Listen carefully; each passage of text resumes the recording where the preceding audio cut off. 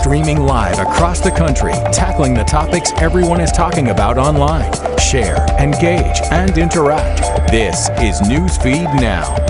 Happy Wednesday, everyone. It is October 14th, and guess what? You are halfway through the work week. Congratulations. Pat yourself on the back. I'm Hillary Hunt.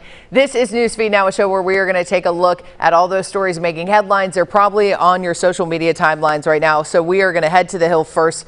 In Washington, D.C., Judge Amy Coney Barrett continues to make her case today for the nation's highest court. She's going to take on a second round of questions from the Senate Judiciary Committee.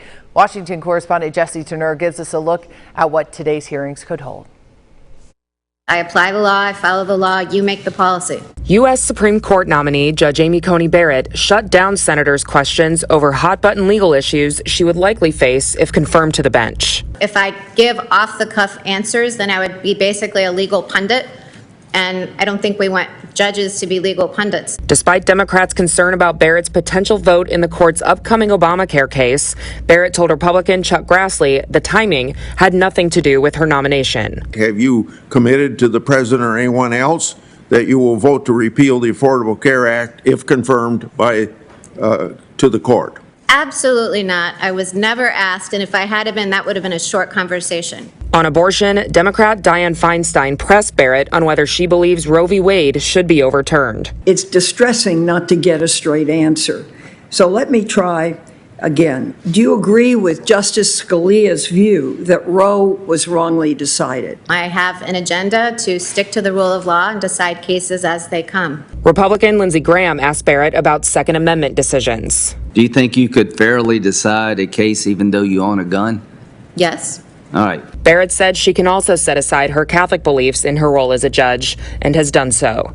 In Washington, I'm Jesse Tenor.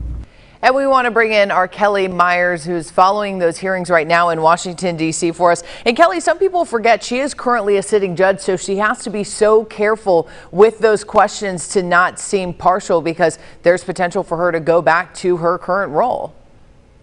Yeah, and you could tell she was really careful with that on Tuesday and even going into this morning as I'm watching it. She's very careful to listen to the questions and just say, you know, I really can't give an opinion on that. I can't give my stance. If I give any precedent one way or the other, that could impact the way we look at future cases. So it did frustrate some Democrats who were asking questions, saying they were having difficulty getting a straight answer from her. But she was trying to be fair across the board, that she really couldn't give any sort of opinion on anything. And then you're following this right now. Let's talk about what's happened so far this morning. Yeah, we saw Chairman Graham, the South Carolina Republican senator who chairs the Senate Judiciary Committee, come out and open this day 3. He did comment on how both sides have been very civil. And I think that's something that the American public watching this, or if you've been tuning in, has noticed that it's been very civil. He said that they all are challenging her fairly, and it's been a thoughtful process. So they are getting into a bit of the issues here now. We're tuning in. Yesterday, of course, was a 12-hour day. We're expecting still a long day today, maybe not as long. The senators have 20 minutes of questions each. So they're going to dig into some of those same issues that they were yesterday: healthcare, abortion, marriage equality, different things that might come up within the court or have come up in the court in the past. So those will be brought up throughout the day. And then, Kelly, something a lot of people are talking about as well is her exchange with Kamala Harris. Can you talk a little bit about that?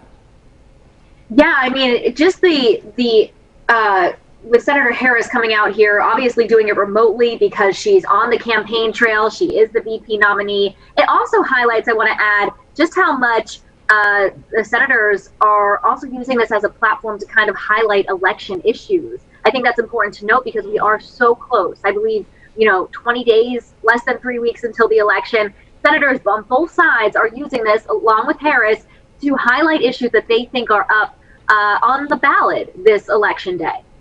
And then let's talk about what's next in the process. When we chatted yesterday, we were hoping that it would end on Thursday, but there is still potential for it to go into Friday, but talk about what's next.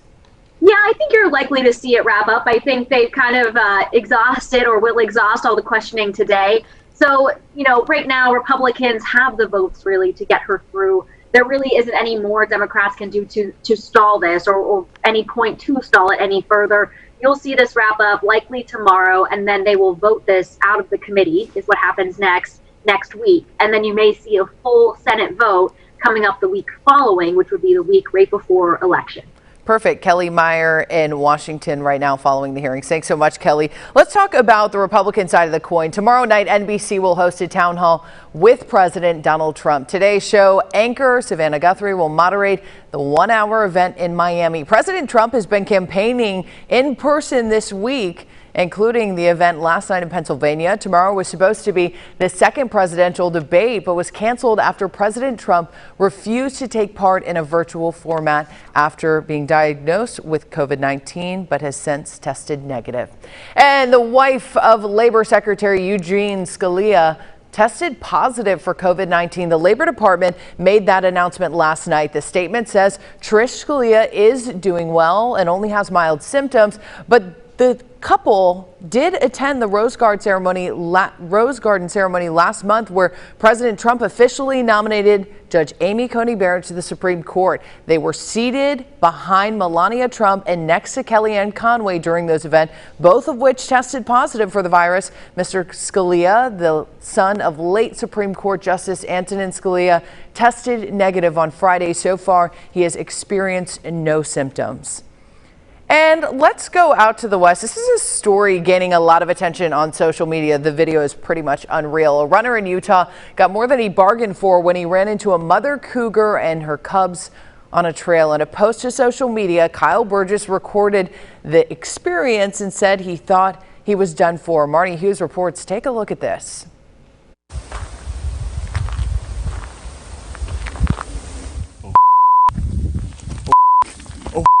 In cell phone video viewed hundreds of thousands of times, Kyle Burgess is seen going one-on-one with a cougar. He recorded the whole thing this past weekend and was fortunate enough to walk away without any injuries. You're a good little kitty cat. The scenario was a 6-minute-long, nerve-wracking encounter. What's up, dude? Burgess says it started when he approached the cougar and its cubs. Go away! No! Then the cougar became aggressive to protect its young. No! A roving standoff then ensues, punctuated with moments where Burgess tries to scare off the animal. No! As it lunges at him repeatedly, baring its claws. No! Burgess works to keep his distance as the cougar keeps moving closer. Burgess showing a wide range of emotions as he tries to ward off the animal's advances. You're not getting me, dude. The cougar shows no signs of backing down. I'm ready to go down. Then, just as suddenly as it started, the animal runs away, and Burgess is finally able to let out a sigh of relief. Holy cow. Yeah, not going back that way. Holy cow, we should say holy cat. I wouldn't even know what to do in that situation. That is extremely scary, and you don't want to turn around because you don't know if it's going to run after you. But you know what's not scary? Spending money on Amazon Prime Day. It can be scary when you buy too many things like I do. It's the second day, and you may want to order something because they're giving you a festive way to celebrate Halloween. It's like a 2-for-1 gift. Amazon is launching a first-of-its-kind interactive augmented reality experience on their Halloween-themed boxes. All you have to do is draw a face on the pumpkin on the box, scan the QR code with your smartphone camera, and watch your pumpkin design come to life. So if you don't want a stinky pumpkin, just, order something off Amazon. That doesn't hurt anyone, right? Well, let's talk about this bad boy right here, the Soyuz MS-17 spacecraft lifted off this morning from Kazakhstan. On board the spacecraft was NASA astronaut Katie Rubins and 2 Russian cosmonauts. The crew is headed to the International Space Station for a 6-month mission. Once on board, the space station will join 3 travelers who are already there. They're going to join Commander Chris Cassidy of NASA and 2 other Russian cosmonauts that are already on board. The crew will be working on research in several areas, including technology, development, earth science, and biology.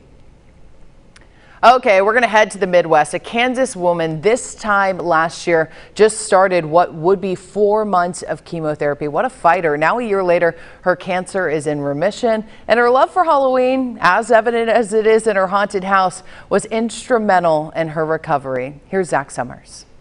Susan Leichter has loved Halloween since she was a kid, and she was determined not to let her fight with breast cancer keep her from creating what's known as the haunted house by kids in her neighborhood. While some people decorate for Christmas, buried bodies will rise back up. Susan Leichter goes all out for Halloween. It's fun. And this year, also meaningful. Battling cancer, Susan began planning how to decorate her house for Halloween while undergoing chemotherapy and radiation treatment. I'm looking at Pinterest. I'm going through, oh, can I build this? Can I do that? She learned there was no evidence of the disease in April, and in September, she and her husband went to work putting up her vision. Susan says prepping for her favorite holiday played a part in her recovery. It gave me something to some people might say live for, but it gave me something to fight for, something to have fun with, something to enjoy. Now Susan gets to enjoy the reactions of all the neighborhood children who revel in her creation. It's for the kids. Susan is scheduled to have reconstructive surgery on Thursday. As for the display, it's on and disinfected nightly. Zach Summers, Fox 4 News. Of course, our thoughts are with her as she gets that surgery, but congratulations on being in remission. Exciting stuff there. And a knock-knock is no joke when a Nobel laureate learns of his win from his neighbor through a doorbell. I want you to get a look at this video. This is Nest camera video that shows Paul Milgroom's neighbor and co-winner Robert Wilson knocking on his door and ringing his bell oh so early Monday morning. I mean, it's pitch black. You can see him and his wife there, but don't worry, this wasn't a episode of Ding Dong Ditch. They were the bearers of some great news. The guys had won a Nobel Prize in economics. They just wanted to tell McGroom himself. The committee wasn't able to reach him, so Wilson, his buddy, and his wife decided we're just gonna get him up bright and early, ringing that doorbell, and he probably looked like, what's happening? Obviously he was stunned, but the Stanford professor obviously super excited, and they told him, dude, just answer your phone. But before we go, we want to talk about a super awesome story. I love this. A video of an Alabama JV football player is touching the hearts all around the country. It shows a player with special needs making a touchdown at the end of the game. I love this. Dana Winter takes a look at this viral moment. Come on! With 16 seconds left in the fourth quarter, Hunter Robinson took the field. We had crowd that was crying. We had kids that were celebrating in the end zone. We had coaches that were more excited than the kids were. He's one of two players with special needs on Citronel's team. Under the Monday night lights, he got his moment to shine. The clock ran out when he scored the touchdown, so everybody rushes the end zone. So it was a few minutes before he come to the sideline, and when he finally comes over and I get a chance to talk to him, I just wanted to see his reaction, and the first thing he told me was, Coach, I told you, if you just get me the ball, I'll score. Robinson ran 95 yards, and it's not the first time. The situation arose, and Coach Pippen was the head ninth grade coach last year and was able to talk with the MGM coaches and said, hey, look, we got a situation here. We would love to, have Hunter run the football if we could. So they let, we did it. When Citronel's coach went to ask for the second year in a row, they said, absolutely, let's do it again. The moment bringing both sides of the football field together. You forget a lot of the scores. Sometimes you forget the results as you get older, but there are moments like that that are bigger than the game. And we want to bring in Dana Winter from Mobile. This is a great story. These ones just make you want to smile. I got to know more about the coach's reaction. I mean, that was such a special moment.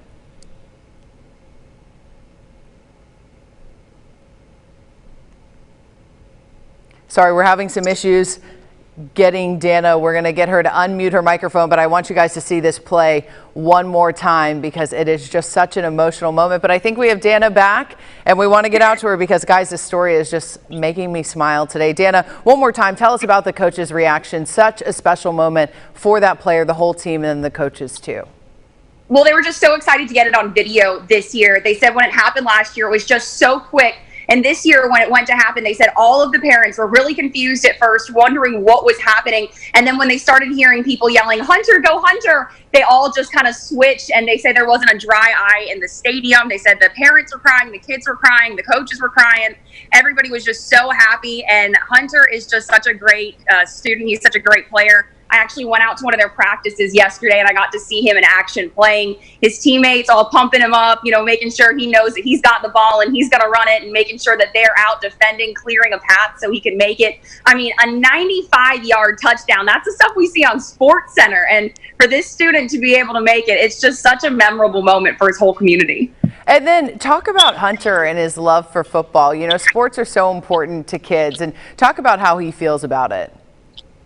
Well, he was just so happy yesterday when he got the ball. He was saying, he was swapping in and out with his teammate Tyler, saying, you get me the ball and I'll get you that touchdown. He's so confident in his scores, and it's just so great to see not only him so confident in his scores and his teammates supporting him, but the entire coaching staff and team at MGM was on board for this. And they're the same team who he played last year when he got his opportunity to run another touchdown. And so they're hoping, because he's only a sophomore, he'll get at least 2 more touchdowns in his high school career. And the most amazing part was not only to see his teammates get excited, but also the other team too. It just shows that it doesn't matter what jersey you're wearing. It's so important to just make people feel included and make people feel important.